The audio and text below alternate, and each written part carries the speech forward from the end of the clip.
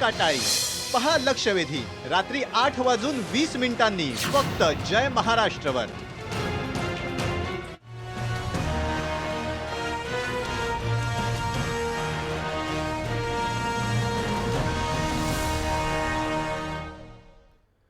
नमस्कार, मी अनिकेत पेंडसे। बुलेटिनमध्ये तुमचं स्वागत। महाराष्ट्राच्या ग्रामीण राजकारणाची खरी नस सापडते ती जिल्हा परिषदेत। म्हणूनच यंदाच्या झेडपी निवडणुकांकडे ग्रामस्थांप्रमाणेच साऱ्या राजकीय वर्तुळाचंही लक्ष लागलंय। म्हणूनच झेडपी निवडणुकाची बित्तम बातमी तुमच्यासाठी घेऊन येतोय जय महाराष्ट्र।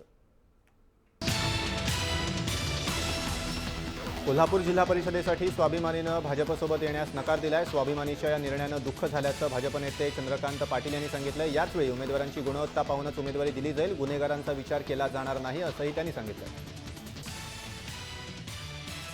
वर्धा जिल्ह्यात भाजपला 6ही नगर परिषद निवडणुकांमध्ये एक हाती विजय मिळाल्यामुळे भाजपातील इनकमिंग वाढलंय। जिल्हा परिषदेच्या 52 जागांसाठी इच्छुकांची गर्दी वाढली असून 250च्या वर इच्छुक उमेदवारांनी भाजपाची उमेदवारी मिळवण्यासाठी अर्ज केलेत। इच्छुकांच्या वाढत्या संख्येमुळे भाजपात बंडखोर उमेदवारांची संख्या मात्र वाढण्याची शक्यता आहे।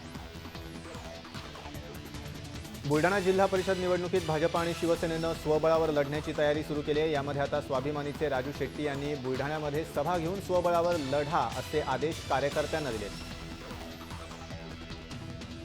चंद्रपूर जिल्हा परिषद निवडणुकांसाठी आज रात्री उशिरापर्यंत सर्वच पक्षांकडून उमेदवारांची यादी जाहीर केली जाण्याची शक्यता आहे। त्यामुळे या निवडणुकीत कुणाला तिकीट मिळणार याची उत्सुकता शिगेला पोहोचली आहे।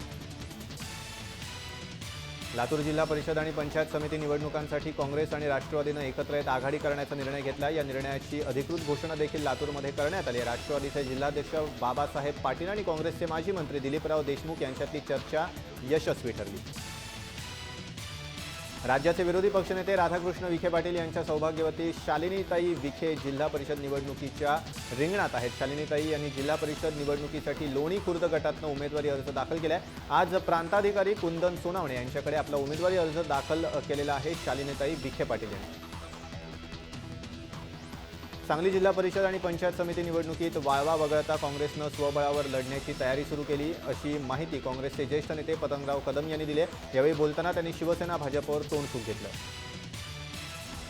जिल्हा परिषद निवडणूक जिंकण्यासाठी भाजपनं जोरदार प्रयत्न सुरू केलेत। पंकजा मुंडे यांनी खेड तालुक्यातल्या पाईट इथे जाहीर मेळावा घेतला। यावेळी त्यांनी जलयुक्त शिवाराअंतर्गत केलेल्या कामांचा आढावा घेतला, तर राष्ट्रवादीच्या नेत्यांवर बोचरी टीका केली। राष्ट्रवादीचे नेते गोरे गोरे दिसतात, गॉगल घालून फिरतात अशी टीका त्यांनी केली। लातूर जिल्हा परिषद निवडणूक जिंकण्याचा चंगच काँग्रेसनं बांधलाय। यासाठी त्यांनी काँग्रेसचे दिवंगत नेते विलासराव देशमुख यांचे पुत्र धीरज देशमुख हा तरुण चेहरा पुढे केलाय। आपलं स्थान टिकवण्याची जबाबदारी आल्यानं संपूर्ण देशमुख कुटुंब या निवडणुकीत सक्रिय झालंय। अहमदनगर जिल्हा परिषद निवडणूक आणि पंचायत समिती निवडणुकीचे बिगुल वाजल्यानंतर जिल्ह्यात राजकीय घडामोडींना वेग आलाय। अनेक मातब्बर नेत्यांचे गट राखीव झाल्यानं प्रत्येक जण दुसऱ्या गटाच्या शोधात असून काहींनी आपल्या पत्नीसाठी प्रयत्न सुरू केलेत।